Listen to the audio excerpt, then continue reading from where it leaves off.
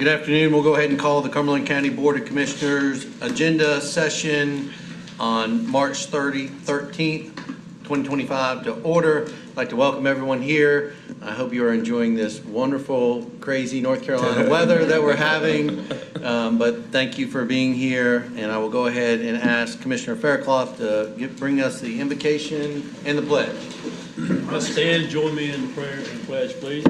Father, once again, we have the opportunity to do the county's business. We ask that these things be pleasing in your sight and in the sight of our constituents. We ask these things in your name. Amen. Amen. I pledge allegiance to the flag of the United States of America and to the republic for which it stands, one nation, under God, indivisible, with liberty and justice for all.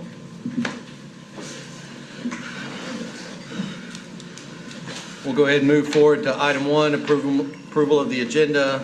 County Manager Greer, any changes for the agenda? Yes, there are 2 changes to the agenda, Chairman. First, we need to pull item 3A, ordinance regulating explosive on firing ranges. And then secondly, we need to add under number 6, closed session under NCGS 143-318-11, paragraph A3.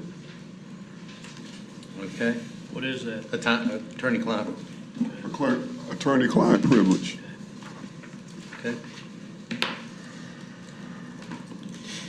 Entertain a motion to approve the agenda. So moved. Second. Motion to approve the agenda with the changes noted by the county manager has been seconded. Any discussion? Hearing none, ask for your vote. Raise your right hand. Unanimous.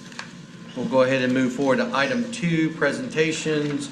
Item A, health insurance plan update by USI. I will turn it over to County Manager Greer. Yes, I'll turn this over to Ms. Robin Coombs, Finance Director and Chief Financial Officer, to introduce our ed.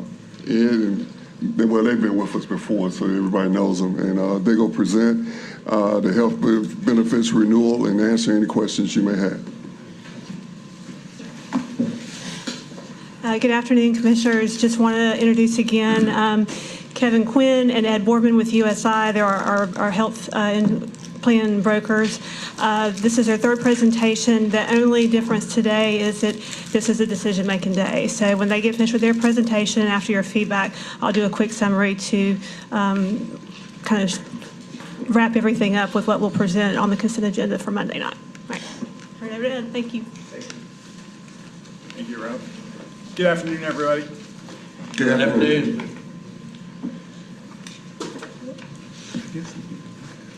All right.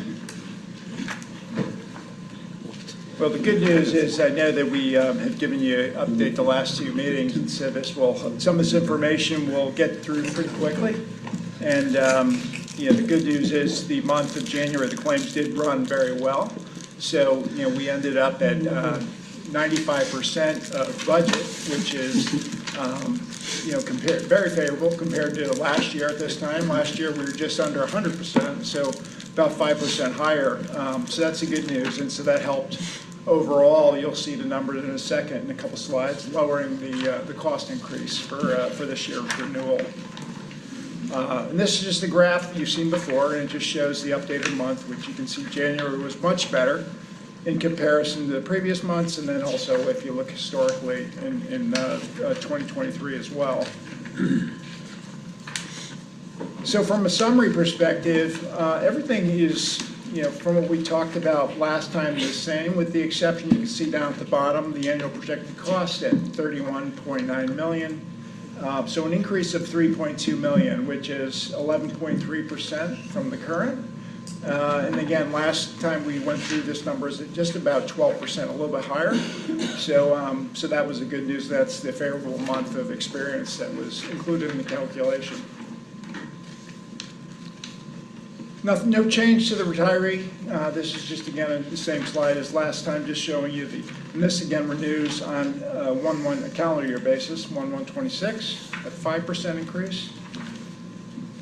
And then, so in summary, as far as the different renewals that are out there, we're talking about the medical renewal was up top, the 7/1/25.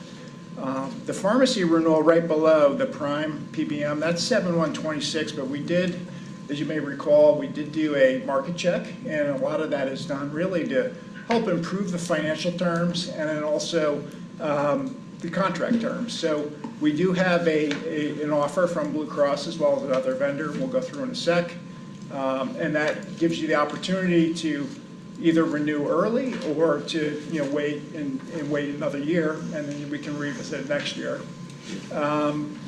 Stop loss is still in the works. We have information out there.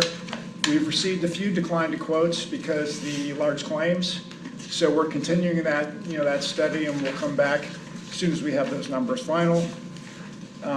Delta Dental, as we mentioned last meeting, that did come in at a flat increase. So the good news is there's no increase to the employees on that.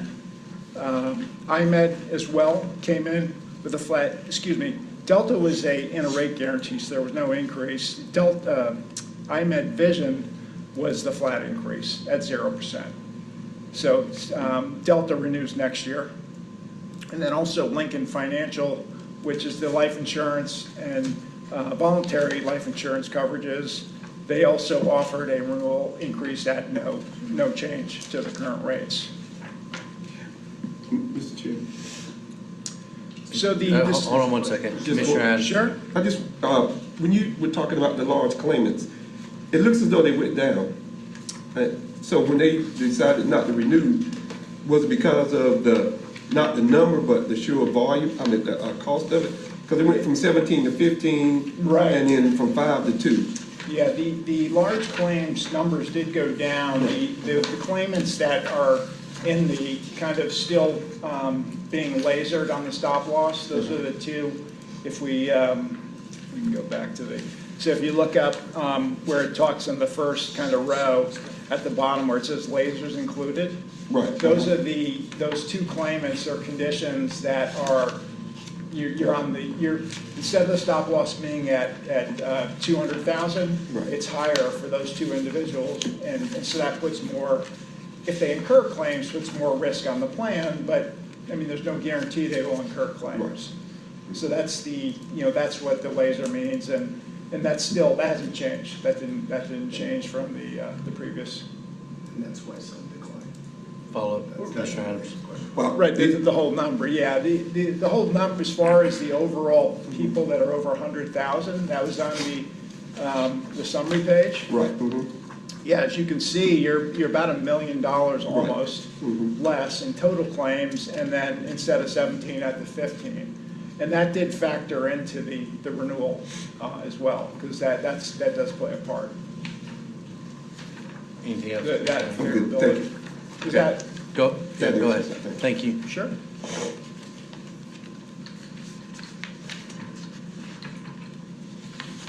Okay, so from a decision point perspective, the one that is still outstanding, we have finalist meetings tomorrow. There are, as you recall, we talked about last month having the finalist meeting, which is tomorrow. We have 4 vendors, including the incumbent Proactive, coming to meet with folks here at the county to go through really their presentation. And the question is, or the decision is going to be renewing and the vendor, but also right now when you look at the current costs, the annual budget is about $750,000 for the current program. And we know that one of the things we've seen from Proactive and the vendors is that the staffing model is not supporting the patient volume for visits, for acute care or for primary care visits. So what we did is we went back to the vendors and asked them to provide the same staffing model that Proactive is recommending. And when you look at that number, that would increase the annual cost from the $750,000 to about $1.1 million. So there would be an increase of over $300,000 annually, and then depending on the vendor, there's a range from anywhere from about 1.1 to about 1.25 million as far as what the new cost would be. And again, that would assume keeping the same acute care, primary care model, so people can use if they have a, fever or, they want to see somebody urgently. And then also, if people that don't have primary care physicians can also use, the clinic as their primary care doctor. So that would maintain that, that model for the county.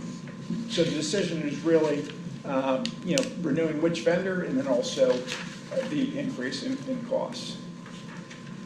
Okay, and we'll be coming back after tomorrow's meeting with more of an update on the finals from that discussion.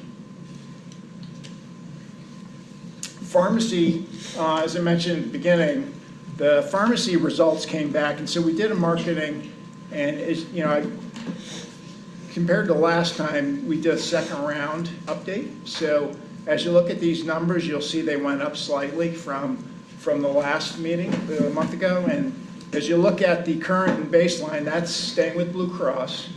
So the option is either staying with the current contract and keeping Blue Cross, but then waiting until next year and revisit the pharmacy renewal. The second option is that in red, which is taking a new 3-year contract early from Blue Cross Blue Shield, and that would be an improvement of about 1.9 million, but that would take care of next year's renewal. So you would renew early with a new 3-year agreement. And the last option, which is we don't recommend only because there's disruption, but certainly they wanted to show it because there is savings, is Smith RX, and that they offered a much higher savings amount, and that's based on the rebates as well as the discounts. But I would tell you there's disruption, meaning pharmacy tiers change. You do have some drugs go up tier, meaning members pay a higher copay. So that's probably out of the options. We would not necessarily push for that, but certainly want to present it because of the savings opportunity. So I know pause there because that's a lot in a short period of time. Commissioners, any questions? Commissioner I Adams? just have, can you just kind of explain to me the difference, that huge difference in the admin fees between Blue Cross Blue Shield and Smith RX? I mean, that's where the savings tends to be. You get a little bit in the rebates and down in the projected in that, but the biggest. So what? Yeah, I would say mostly Smith is a smaller PBM. There are a lot of different PBMs out there, right, and they use that fixed cost savings to try to incent companies to make a move from one of the big pharmacy PBMs, and certainly Prime with Blue Cross is one of the bigger ones. But I think they're not doing anything differently. They're still offering the same service. They're shifting the money around. Pharmacy is, as everybody knows, with rebates in general, just because of that nature, it's hard, when you measure the financial impact, because it's almost, I shouldn't say a shell game, but certainly moving things around. So the admin fees are lower there, but they're making up for it in other areas. Mr. Chairman. So I guess the next question I have, because you talked about the co-pays, but I can't see any of that in here, so I don't know what it costs my employees if you don't give me those co-pays and all of that. I see, it's kind of hard to make a decision if I don't know what those co-pays are. Are they better for you say it's better, I guess, on the Blue Cross Blue Shield, but they're not shown anywhere.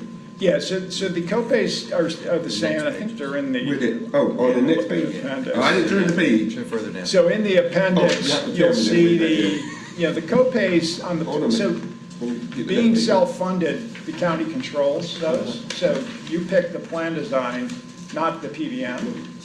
So that wouldn't change. Not on this. Hold a minute. There's several. That was in the appendix, this slide right here. Slide 17, excuse me. So, and page 16 has some of it too. I never got that. Okay. We just got this while I'm sitting here. That's quite all right. I should have, yeah, but No, that's I just okay. want to, preface that. So the PBM change, how that impacts the member is when they look at the formulary list, those drugs can change tiers. Mm-hmm. So, if you've ever everybody's had a prescription themselves, whether your drug falls on any of the 5 tiers, that number can, that level can change with the PBM. So it's not guaranteed that if you're paying $10 today, it stays there. It could be 55 or it could be 70, depending on the type of medication. And again, that disruption is a part of the analysis. So, if the thought is to look harder at that, making the change, then we can certainly share that disruption. But I think, in talking with the county manager and other folks that are looking at the information we're going to present, we thought really either waiting a year or looking at potentially the improved contract with Blue Cross Blue Shield would be the recommendation. The last one, the move, although the savings are attractive, because of the disruption, would advise that, I know that clients that have remained with their incumbent, it's an easier transition because you're not changing PBMs. But I mean, when you get to the costs, the disruption and the costs, I get that. Okay. Anything else? Commissioner Tyson? Thank you, Mr. Chairman. One question I would have, so taking out the disruption piece in the decision, can you provide us with some anecdotal comments about other groups that you've worked with and their experience with Smith RX versus BCBS, and can you kind of give us a little commentary on that? Sure. I would say that when we look at our clients across the country, and not just my clients, but certainly throughout, in whether they're public sector like you or private sector, we have more that are with Optum and CVS. Smith is a smaller PBM. They're still one we've placed business with, but we have more of a track record with Optum and CVS. I don't think you would have a issue with service. And their contract is a guarantee, so it's not going to, you're not going to see a change in the pricing. It's not a bait and switch, but I would say they're not as big. Certainly, they're a smaller PBM than you look at the bigger ones, which the main 3 are Optum, CVS, and Express Scripts, and then Prime is probably number 4, number 5, like in that mix. And one follow-up, in terms of the employee experience and communication, things like that, do you have any kind of a benchmark you can give us on, kind of what that experience, and if there is a difference between a BCBS and Smith RX? Yeah, see, when they go to the pharmacy, they still, it's the same process, and the same pharmacies. The networks are usually, we do look at the broad network, and that's what each of the vendors have quoted. They're not going to, all of a sudden, you go to the pharmacy and you say, well, this one's not a network. That's where we compare to start. The difference is going to be that 4% or 5% of the employees and the scripts are the ones where they went either up tier or they changed tiers, so the employee would see a higher copay.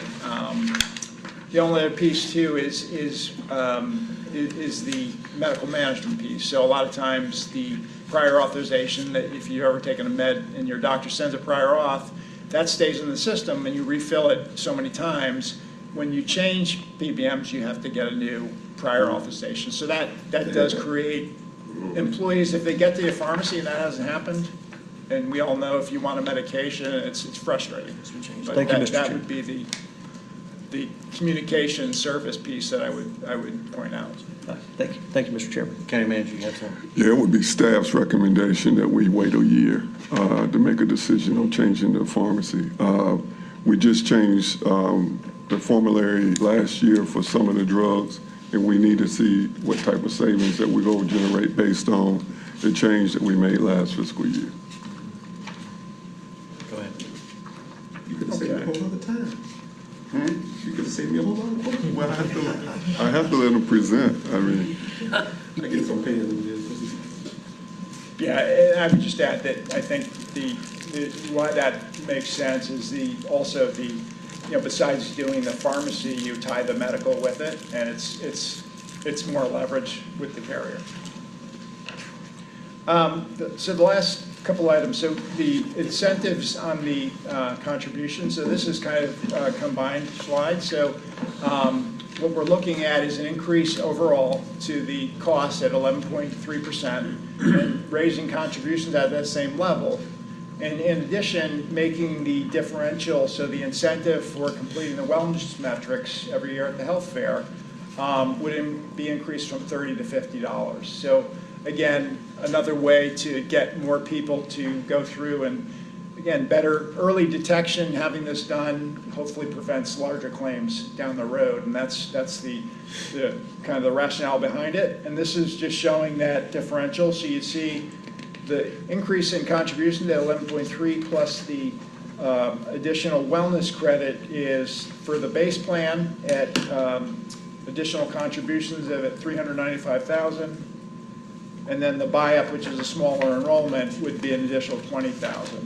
So the total impact would just be over about $415,000. In summary, so as you look at the considerations, so the medical increase for 2025-26 is at you mentioned that the gross cost impact is $3.2 million. That's the 11.3%. And again, that doesn't include any plan design or changes, as we talked about in previous meetings regarding the GLP-1s. Again, we'll present the final numbers for the renewal on the clinic. And then the contributions we just talked about, so that was the $415,000. That's an offset, so that 3.2 would come down because that you're collecting that much more in contributions. And then the pharmacy, that was just if you did make the change with Blue Cross, and the stop loss as a end, that's to be determined. And that's what we had, but I just again would open up to any questions or anything else that you needed clarification on. Commissioners, questions? Again, we're digesting some of this as we're hearing it and looking at it. Commissioner Fairclough. Thanks, sir. Okay, the chart on page 111 and the chart on page 112, maybe that's 11. 11 and 12. What's the difference in those two charts, real quick? So the base plan is that's the plan that's been in place for so many years. The buy-up was that richer plan that we introduced last year. And that's the plan where the employee pays the additional cost to have a lower deductible and cost share. That's really the two differences. So it's just showing the two different plans, medical plans. Okay, and when we're faced with the decision, are we going to choose between those two charts? So that's just that. So if you look at the summary set, 415,191, that additional contribution amount, that's additional how employee contributions would go up that much in total. That's the combined 2 pages. So it's the 19,000. It was too much to fit on 1 page, so that's why we have it in 2 different pages. So 19,678 and the 395,512 is that total, that 415. And that's based on the January enrollment numbers and also the folks that have completed the wellness incentive. Anything else, Commissioner Fairclough? Other commissioners, questions? So one additional, I've asked it every time, the rebates, we've audited, we've squeezed every piece of that out moving forward.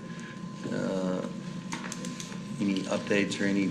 So the rebates are not included in these numbers, so that's monies in addition that offset these costs, not included in those numbers that I shared with you in the projection.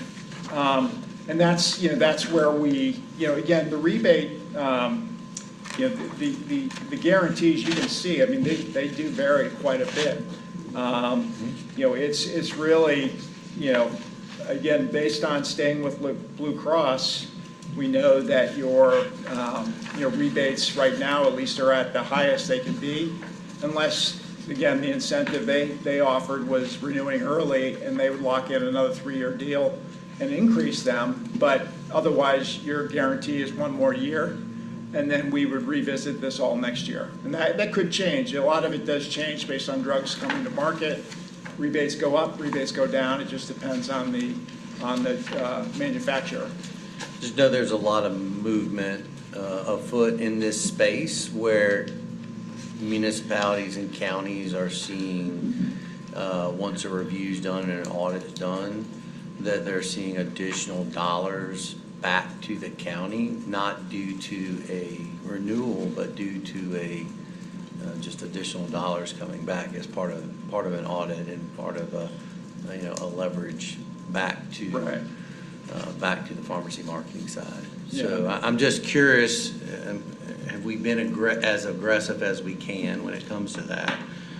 Because as we see, I mean, you're asking us for about $400,000. You're recommending about a $400,000 increase. And so I'm just, again, looking at, we want to make sure we have the coverage, but make sure we're leveraging everything that we can leverage to lower those costs. Sure. And that, the company that we're using, the technology that they use is a company called Traveris. And I mentioned that, I think last time I mentioned they're the vendor that did the marketing. They also provide the quarterly reporting that monitors, so that agreed upon every rebate that is guaranteed, so they guarantee the rebates every year. And then Traveris tracks those, and based on, there's a minimum guarantee, and then there's also the actual, rebates. And that's the number that they look at to make sure you're getting paid truly what's in the contract. And then also they look at the claims so that they can see to make sure that your claims are processed in the right bucket, and they're meeting the contract terms that you signed on, you signed to. And one additional question is coming off of that. Just to reiterate, looking across the board, the updated plan reflects our existing plan and makes no reduction in services for our employees. Nope. And doesn't increase either, except the cost, I get that, but as far as the benefits. No changes. And just one clarification, because I just heard you say the increase of $415,000, that's the increase to the employee contribution. So the overall plan cost expense would be $3.2 million, offset by that $415,000. Just want to make sure Correct. everybody realize that. So there's the increase from year over year. 3.2 million minus what we're passing over to, minus the 415. So it's at about 2.8 million right now, unless you were to decide to do the $1.9 million change with Blue Cross Blue Shield in this fiscal year.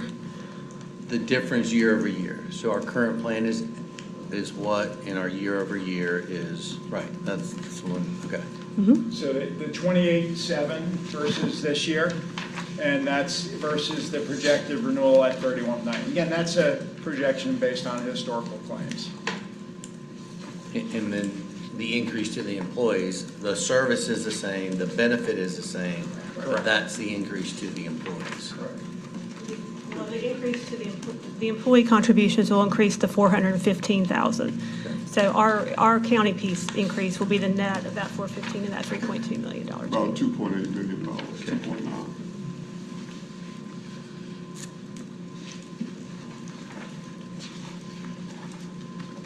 Commissioners, other questions? So the action required, I see from a timing standpoint, you're asking this to move to the consent agenda for Monday evening. What is the timing? What's the, and I see there's another slide here that speaks to a March, April timing. What's the timing of this? So Monday night, the intention is, after today's meeting, is to get your approval or your recommendation for us to move forward with no changes in our plan design. We'll still cover GLP-1s as normal. The total estimated increase that we expect is the $3.2 million for the plan overall for fiscal year '26. We would expect that you would recommend a monthly wellness incentive increase from $30 to $50 per month per employee, and also increase the employee contributions by the 11.3% increase that we're seeing in the overall plan cost. So the out-of-pocket total change for employees would be $415, and like County Manager Greer said, that's a net to the county, an increase of just over $2.8 million. And then the decision, I guess, that we need tonight, or this afternoon too, is to decide if we're going to wait another year to renegotiate the pharmacy services with Blue Cross or whoever else may join into that next year, or if we want to move forward with a new contract with them and have the current year savings of $1.95 million. So based on, those are the recommendations overall. Obviously, the recommendation is not to make that Blue Cross Blue Shield change with the pharmacy this year, to do that next year, but that's on the table as well. Once we make those decisions, I'll put those on the agenda for Monday night for final approval, and then after that, it's all implementation. We'll have the clinic information that'll come back later after the interviews are finished on the clinic vendors. And then the stop loss, I think, is the other piece that we're still waiting for. But we need a decision Monday night so we can go ahead and start moving forward with plan changes for this year, for the next fiscal year. Commissioner Greer, County Manager Greer, anything you want to add? No, I just demoted you. no, she summarized it real well. One thing I would say is that we'll start open enrollment, so we'll be ready at the first of the fiscal year. Commissioner Adams. So, I guess we're playing Russian roulette here. So, you're asking, I got something sure in hand if I do the 3-year renewal. If I do the 1-year renewal, when they come back, it could be considerably higher based upon what's happening in the world. Or I can go with what we have, knowing what the 3-year renewal would be. And so I guess y'all read the tea leaves. If you recommend in the 1 year to go to that, what does the tea leaves say? I guess that's what I'm saying, if that's the recommendation. There's got to be some basis for doing it for 1 year over doing it the 3-year. That's kind of what I need to know. That's the tea leaves. If that's your recommendation, and that's what we pay you for, so I want to know that recommendation. So as you look at that scenario, the 1 year, so the difference in the two is that this year the pharmacy, Blue Cross knows full well we market the pharmacy, and that's at risk. But next year would be both pharmacy and the medical. So you can't read the tea leaves to say we know they're going to come in. Instead of the 1.93 year, it's going to be even better. But knowing that both are on the table, we think that's going to have enough leverage they're going to put their best number forward. So it should be the same, if not better. But again, we can't guarantee that. So I guess what you're telling me is the only reason I do the 1 year is to put the both together, not looking at the economics of what's going on in the world. That seems to be what I'm hearing. Is that what I'm hearing? So the 1 year would be just not to make any. So it would just don't renew early the pharmacy. And I got that part. Right, and do both right together. Follow up. Keep going. I just can't get. I mean, have y'all looked at where we're going in the healthcare industry? Is it going up, down? Because all you're asking me to do is put off for a year to combine the two. So why wouldn't I just ask them to combine the two now, go early, and do the whole thing, and give me a 3-year? Did we ask that? Because now you ask me to play Russian roulette. Really, you are.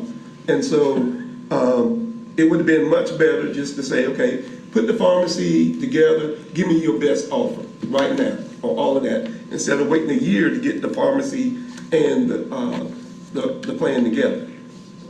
Maybe I'm just not understanding. But the pharmacy right now, Blue Cross knows they improved the terms early in the contract, so the rebates have gone, compared to what we originally had projected, have gone up quite a bit. And so Blue Cross is, agreed to, do that, but they actually, so they extended from 25 to 26 on the pharmacy. So that pricing was actually, was agreed upon because it was, they were getting an extra year out of the deal. Again, I know what you're saying about Russian roulette, but I would tell you, I know, we know just based on experience that when we combine everything, and this year we had done the medical 2 years ago, but when we do everything together, it does make a difference and the carriers do respond. So I'm pretty confident that you're going to see as good, if not better numbers, but like I said, I don't want to say I'm guaranteeing that because I don't have a crystal ball, but that would be my Move to response. Commissioner Tyson. And thank you, Mr. Chairman. This discussion's kind of in the vein of what I was thinking too. So for argument's sake, let's say that we went with the Smith RX for the pharmacy. Would we see, I know this year it's 11.3 on the medical change. Would we potentially see an even greater jump if we're not combining both of those services with one provider? So what if you do carve out the Smith numbers were the gross numbers, so there are, a couple things would happen. So if you left the Blue Cross deal 1 year early, they could retain any earned but unpaid rebates, meaning rebates are paid in arrears. So that way they would keep, roughly about $800,000 a quarter. So that about 1/4 of rebates would be retained. And then there's also a slight change to the admin fee. So their medical administration fee goes up by roughly about $4 a head. It's not a significant number, but that they would offset that by losing the pharmacy, increasing the cost of that, but it's not enough where it would be a huge difference, but it is a difference. Thank you, Mr. Chairman. Anything else? Commissioner Fairclough? Just one more thing from the employee standpoint. Okay, I think I understand what Commissioner's choice is, but when the employees sign up, do they have a choice between the base PPO and the buyout? Yeah. Okay, so they'll make that choice. They're not going to make a blanket choice. Right. Okay, I was not clear about that. Okay, I get that. Good. Anything else? I'm good. Commissioners, anything else? Vice Chairwoman Jones? Thank you, Mr. Chairman. In regards to the renewal dates, either way we decide to go, that's not going to change these dates, or will it? Like whichever. For this year? Yes. Yeah, I mean, the timing is, we would certainly want, the pharmacy does take a period of time, so we would need to know that before the end of the month in order to make it, implemented and have everything up and running. Whether it's a new contract with Blue Cross or even if it's changing vendors, it's more lift. There's more work involved in that. But it doesn't, again, I don't know if that's the thought, but timing is, this doesn't change the timing. Either way, we would need the answer by April 1. Okay, thank you. Sure.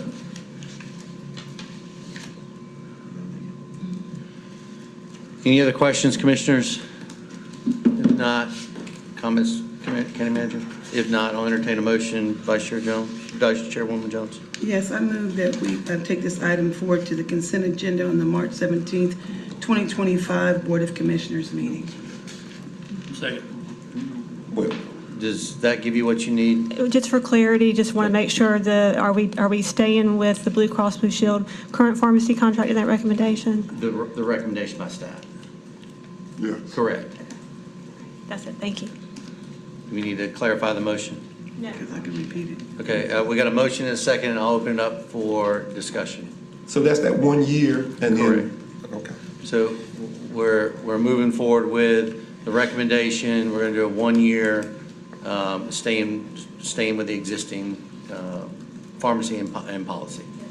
Okay. Is everybody clear on the motion? Any other discussion?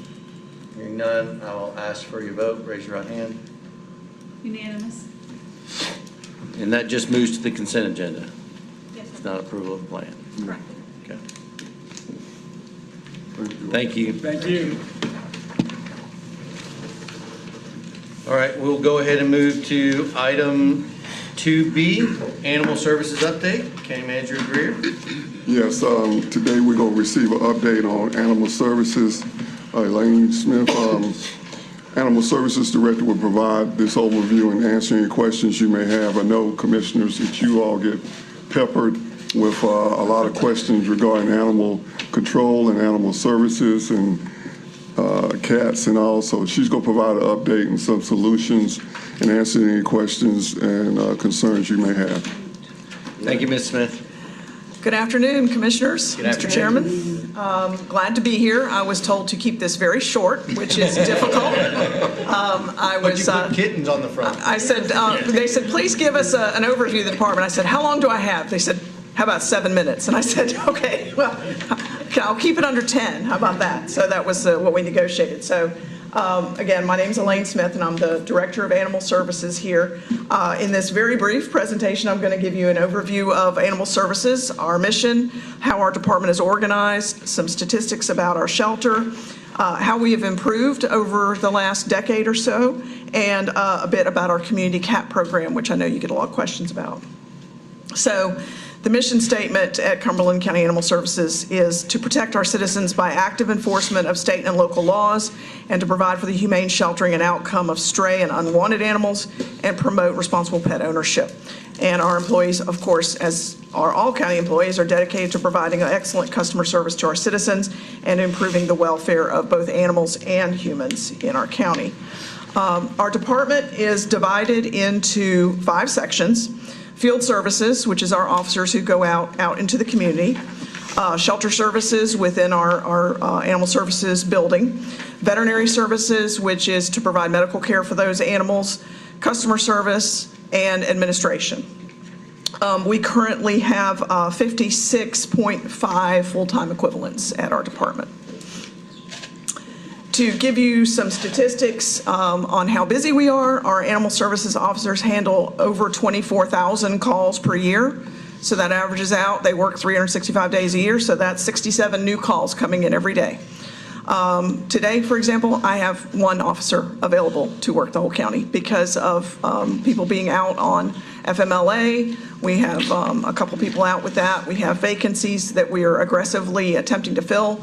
But it is a daily struggle at times for our officers to handle the incoming call volume. Our shelter staff cares for over 7,500 animals that enter our shelter every year. The vast majority are dogs and cats. However, we do get horses, cows, pigs, sheep, guinea pigs, iguanas, snakes, tarantulas, anything else you care to name. And our shelter will house about 300 total animals at any given time, and that just can vary based on the type of animal, and like a litter of kittens can be in 1 cage, that kind of thing. We also, our staff answers approximately 150 phone calls per day, and the same staff that is answering the 150 phone calls also assists 50 to 60 walk-in customers per day. We have 5 customer service staff, so they're handling 150 phone calls and 50 to 60 customers every day. So you do get the occasional complaint, I'm sure, about the phones being busy. To give you an idea about what kinds of animals are entering our shelter, this is our intake for calendar year 2024, so just over 7,500 animals. We had 55% were strays coming in. 32% were either abandoned by an owner out in the field or abandoned at our shelter or surrendered to us by the owner over the counter. We took in 7% that were confiscated due to like a protective custody, a quarantine issue, so that's something usually a legal type situation that we're dealing with. And then, as you see, the small percentages are for returned animals, in other words, adopted and then returned to us, wildlife, and the animals that are born into our shelter. Outcomes for the same time period, calendar year 24, just under 7,000 animals. And we adopted 52%, so we're very proud of that. Transferred to rescue group. Rescue groups are 501c3 organizations in the community that have an interest in animals, and through an approval process, they can come and pull animals from our shelter. It's a win-win for us. And so 18% of our outcomes were animals being pulled by those rescue groups. 8% were returned to owner, and then as you can see, 20% unfortunately euthanized. That's still a higher number than I'd like, and we want to work on that, of course. However, we've come a long way. I started with Cumberland County as an animal control officer in 2012. And in that year, less than 10% of the cats that entered our shelter left alive. And I am being very blunt here, so pardon my tone sometimes, but that's a pretty low number. Now, in 2024, we saw over 86% of our cats that came into the shelter leaving alive. 44% in 2012, only 44% of our dogs had a positive outcome, but in 2024, we saved over 81%. So an industry standard of 90% is considered, you can call yourself a no-kill shelter if you're at 90%. The understanding is that that 10% are the animals that are either medically or behaviorally not adoptable. So we're pretty close to being a no-kill shelter, which is pretty big. We have a new initiative that we want to work on this year. I don't know how aware you are, but our officers are not law enforcement officers. They are civilians. They are not sworn. They do not carry a weapon. They have no powers to do any type of arrest or serve any kind of summons or anything like that. And it is a big challenge because we get a lot of people who say, oh, okay, my dog did such and such bad thing. I don't care. I'm not going to give him to you. That's legally a piece of property. I can't take his property away from that owner without being a law enforcement officer and having a warrant and going through some steps. So right now, our limitation is that we can only write civil citations, which if I write a civil citation, I really have no method of forcing the person to actually pay that fine. Unless I actually have his animal in my shelter and I tell them you can't have your dog back until you pay this fine, I really have no means of enforcing that. And it makes it very difficult for our officers to get traction on some of these really difficult cases. So our proposed solution, and we have a meeting with the sheriff next week to discuss, is we want to start a pilot program where we send 2 of our officers through BLET and essentially work with the sheriff to have them become sworn officers that can enforce just the applicable general statutes and ordinances. So they would not necessarily be doing anything outside of animal-related laws and ordinances.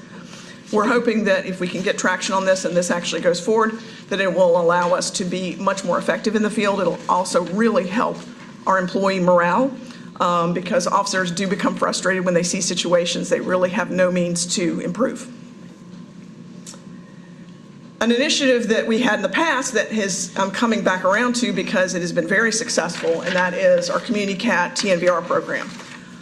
Prior to 2018, 2018 is when we started this program. Prior to that, anytime someone called and said, I have a stray cat, we would come out, we would trap the cat for them. It didn't matter if it was 2 in the morning, whatever. We would drive out there, we would trap the cat, we would bring it back to the shelter, hold it for the state-mandated 3 days, and then euthanize it if an owner didn't come forward.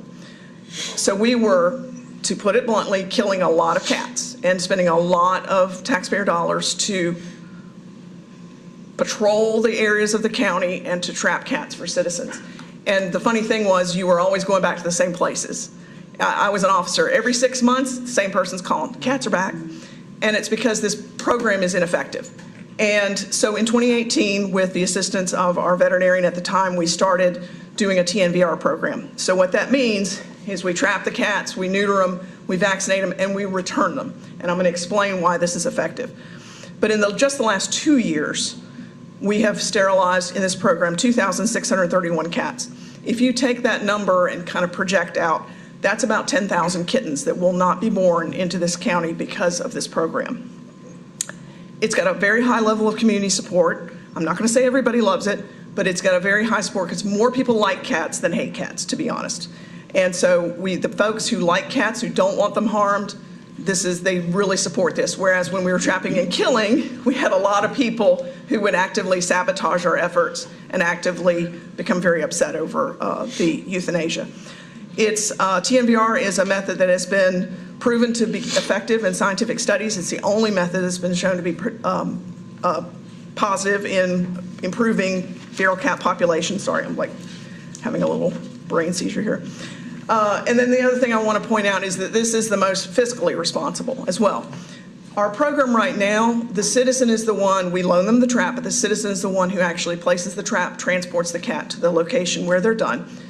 We currently have grant funding that is paying for this, so it's actually no cost to the taxpayer. They take it to the veterinary clinic that we're working with. The cat has the surgery and the vaccine, goes right back.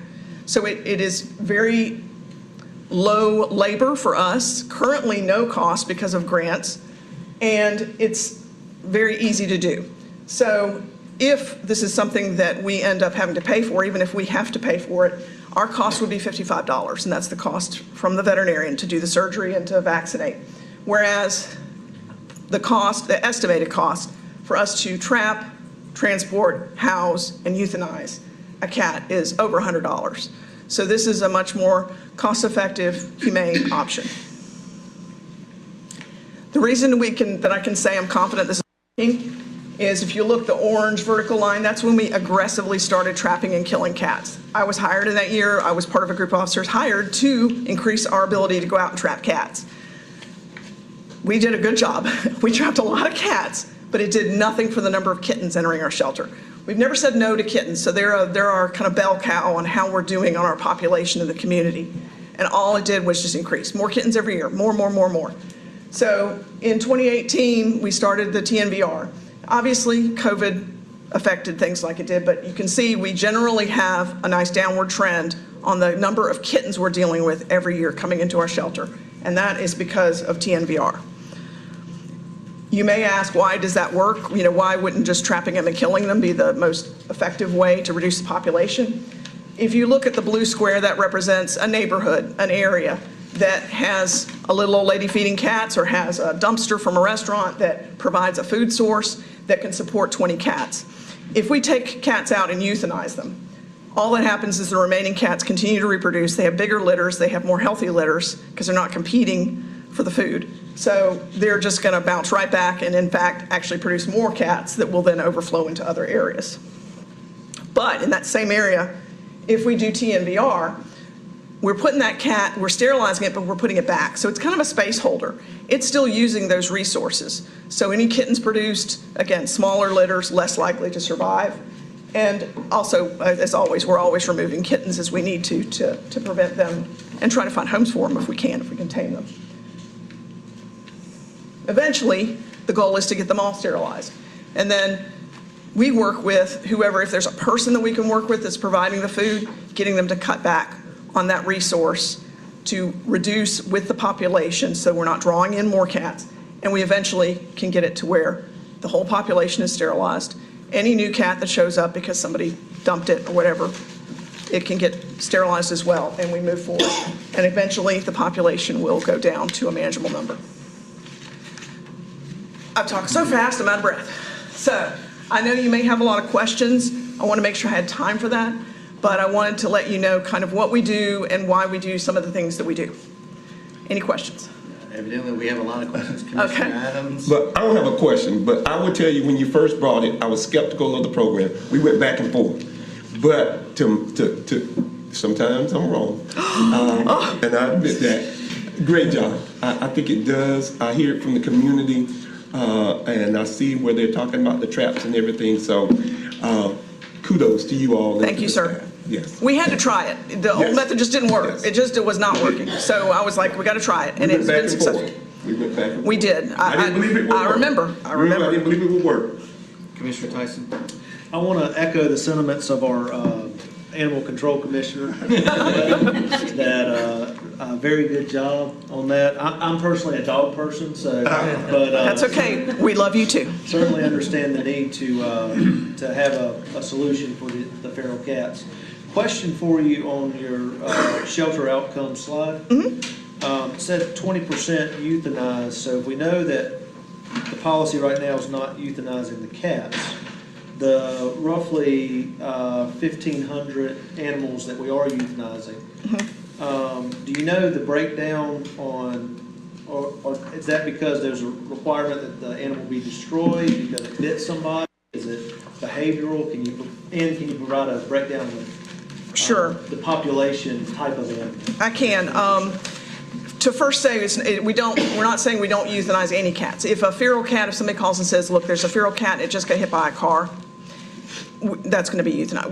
We will remove any sick or injured animals that are in that feral community, and they will be more than likely euthanized. They're hard to treat for any illness because they won't accept handling.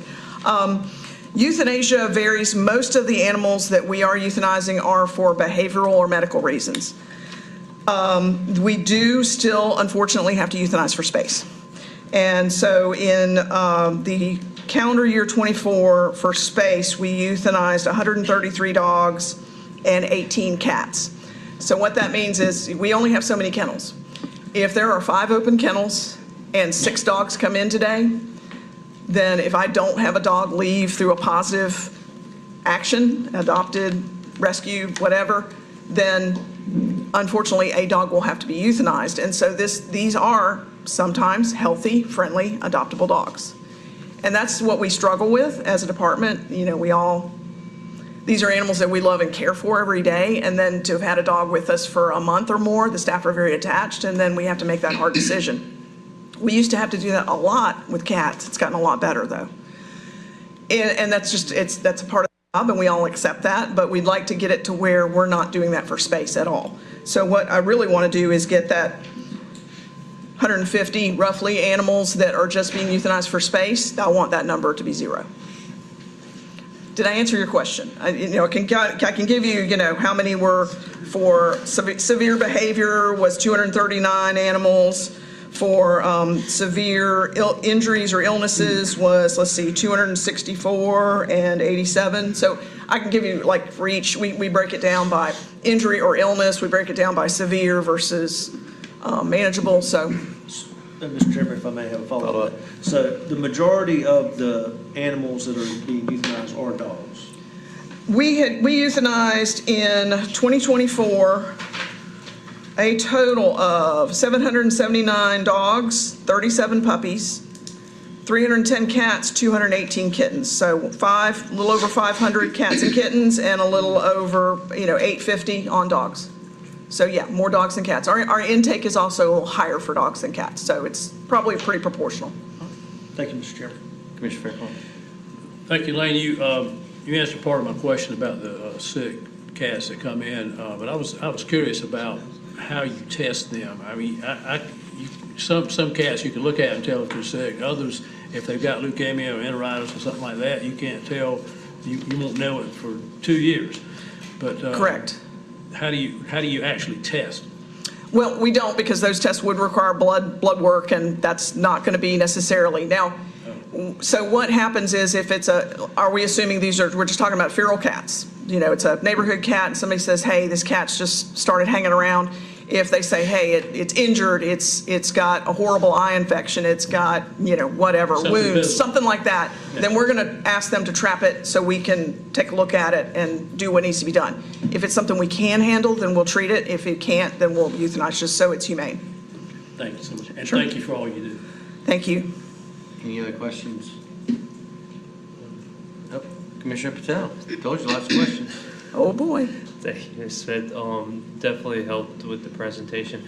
I just wanted to ask one question. So when the cats are re-released, after they go through the TNVR process,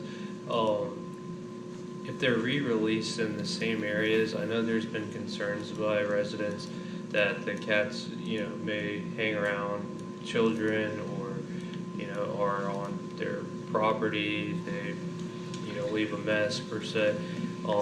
What's the plan with trying to attack that? We try to, and we have some staff who are very good at answering these questions. The bottom line is that we want to reduce the population of cats. So the only way to do that is through TNVR. By just removing, if we go to a person's property and say, okay, this cat's bothering you, we're going to take it away, it's going to have another one take its place within days, weeks. So that's not fixing the problem. So what we do is work with them on what they can do. If they do not want cats on their property, we offer deterrence. We offer, suggestions on things they can do to make it less attractive for cats in their area. We find a lot of people that complain about the cats, but then we find out they're the ones feeding them. And so we go, look, if you're feeding them, then don't, you really can't complain about them coming around. So we work with them to figure out what's causing the cats to come into that area or that property, and then work with them to find a solution to keep the cats out. But again, some people don't understand. They want us to just remove that cat, and then we're like, that sounds like it is a quick fix. The problem is it's very temporary. And so we want to look for a lasting solution that's fiscally responsible, that's humane, all those things. And so, but we work with people, and every situation is different, so we try to work with people to figure out what's the best solution for their particular problem. Thank you. Vice Chairwoman Jones? Thank you, Mr. Chairman. My question is, usually some of the calls or concerns I get from email is in regards to the rabies outbreak. Has that never increased from the year from 2024 to 2025? Because I know, I live out in West Fayetteville, and those are some of the concerns that I get, that they'll state or they'll have a concern if the particular dog or cat has been picked up, because I presume you all, I guess, go out there and put signs up, caution, awareness. And so I've had a few calls in reference to that in a few neighborhoods in West Fayetteville. So I guess my question is, has the numbers in regards to particular, rabies outbreaks, have you all seen that decrease or increase between the year of 2024 and 2025? It's held very steady. We usually only have 1 to 3 cases per year. In the past, since I've been with the county, I think we've stayed in that range. And every one has been wild animals. So it's bats, foxes, raccoons. We do that because we want people to vaccinate their pets. That's the main thing that needs to happen. So when we have a case where somebody calls us because a bat was in their house and they don't know when it got in, it could have been in there overnight when they were sleeping, and bats can bite you without you knowing it if you're asleep. So we go get the bat, we know it's an exposure, we send it to the state public health lab, they test it. If it's positive, then we're going to be putting out signs in that neighborhood to let people know that there was an animal that tested positive for rabies in that area. But these are all wildlife, for many, many years now. So again, it's just very important for people to vaccinate their pets, and we do a lot of educating on that. And we do offer $5 rabies shots for dogs and cats. We ask people to try to come on Wednesdays between 2 and 4, but they can get a $5 rabies vaccine for their pet. Thank you, Mr. Chairman. The follow-up. So I guess, when they're seeing these signs, it's because something was positive, and then upon taking care of it, you all come back and take the signs down? Correct. Okay. Correct. And we always do a press release when we do have a positive case. So there's always a press release that says the species of animal, what exactly happened, the block that it was found in, that information is always put out in a press release. And I appreciate that, because honestly, that is on West Fayetteville, that's the only kind of calls I get out of their concern, and from some of the community watch. So that's good information for individuals listening. And if you get a community watch group that would like for us to come and speak, I'm more than happy to do that. I've done it many times, and I have staff also that can do that. Okay. Thank you so much. Happy to. Any other questions or comments, commissioners? Ms. Smith, thank you so much. Thank you, sir. Appreciate Thank your you. time. Thanks. We'll go ahead and move to, there is no consideration of agenda items, so we'll move forward to item 4. There are no other items. Go ahead and move to item 5, monthly report. County Manager Greer. Yes, I wanted to find out if anyone had any questions regarding the financial report and as of January 31st, 2025. Also with the health insurance update, the grants update, and the project update. All righty. Commissioners, any questions on those 3 reports? Commissioner Patel. I just have one quick question for clarification. Does the hospital still owe us for 1 month of rent? I'm trying to stay in good favor with the hospital. They catching up, so we're working with them. Okay. Any other questions? I'm sorry, Vice Chairwoman Jones. Thank you, Mr. Chairman. I guess in regards to the grants, I just wanted to know if we've any grants for this month that have went through, that have been allocated or submitted to different areas for the month of March or any time from now to March. Has there been any incoming grants that we know of? Not from March, earlier, February that would come through. Generally, when we get the notification for the grants, it comes in the following month. So we probably should have some coming in April. We had one that, I want to say yesterday, that we got notified about with CDBG, but we hadn't actually received the funding and hadn't run it through the process. It has to come through and be approved by you all also. Anything else, Vice Chairwoman? Thank you, Mr. Chairman. Commissioner Adams.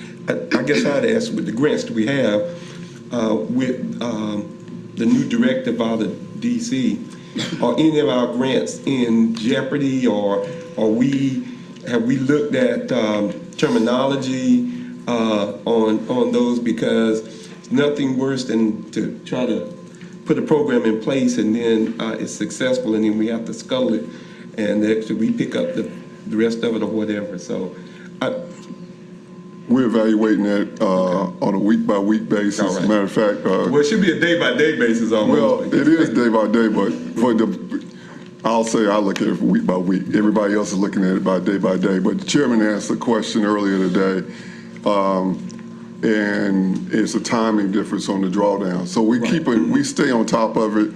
Staff stays on top of it on a monthly basis. I'm looking at a weekly basis. There was one program currently with CDBG. Right. We don't have any funding under Hours of Home and direct CDBG allocation, so we should not be affected by that. It's the, for lack of a better term, the green type of program that's being affected regarding that. Commissioner Adams, Well, follow up? I guess we had an EV grant, so and you don't have, you can go back and look at it. I'm just asking, I heard we good, okay. All right. And so I think the staff has been pretty diligent about the daily changes, to your point, Commissioner Adams, in trying to make sure that we're updated. So I've asked the manager if there's any significant updates with what they're seeing, that they alert the commissioners so that we're aware of them and know, but that is a concern. Yeah, I just want to put out so the public knew that we are looking at our grants and we're on top of that based upon what's coming out of DC and the administration. And at our, when we were in DC, we had those conversations both in Congressman Hudson's office as well as Congressman Rouser. First, thanked them for their help on the grants that we had received, but also talked about kind of the impact. And their comment was, we're finding out about the same time you were finding out. So, but they said they'd be as helpful as I could. So, any other questions? Commissioner Tyson? Yeah, quick question on the finance report. I see that our ad valorem collection rate right now is at 95.4%. Can you talk a little bit about, is that trend kind of where it typically is at this point in the year? Is it above it, below it? And then, you know, where do we normally see that level off by the time we get back in the budget? It's slightly above right now. I will say from this point forward, we collect most of our taxes in January. From this point forward, the tax office will work diligently to collect the outstanding 4%, 4.5%. By the end of the year, we'll probably end up at 99.3, 99.4%, even maybe slightly higher, depending on whoever they're going after to make sure they pay the tax. Okay. Thank you, Mr. Chairman. Any other questions or comments on the reports as presented? If not, we'll go ahead and move to item 6, which was added, and I will entertain a motion from Vice Chairwoman Jones. Motion to move into closed session for economic developmental matter pursuant to NCGS 143-318.11A4 and for attorney-client matter pursuant to NCGS 143-318.11A3. Is there a second? The motion to go into closed session has been seconded. All in favor, say aye. Aye. I'm sorry. Or raise your right hand. Well, I had a question, Go because ahead. when we did the agenda, we just said A3. I don't know if he left. Oh, he might still be here. But we just did A3. It's to ensure that we cover everything that's germane. You can go in for both. Okay. So go ahead and ask for the vote one more time. All in favor, raise your right hand. Unanimous.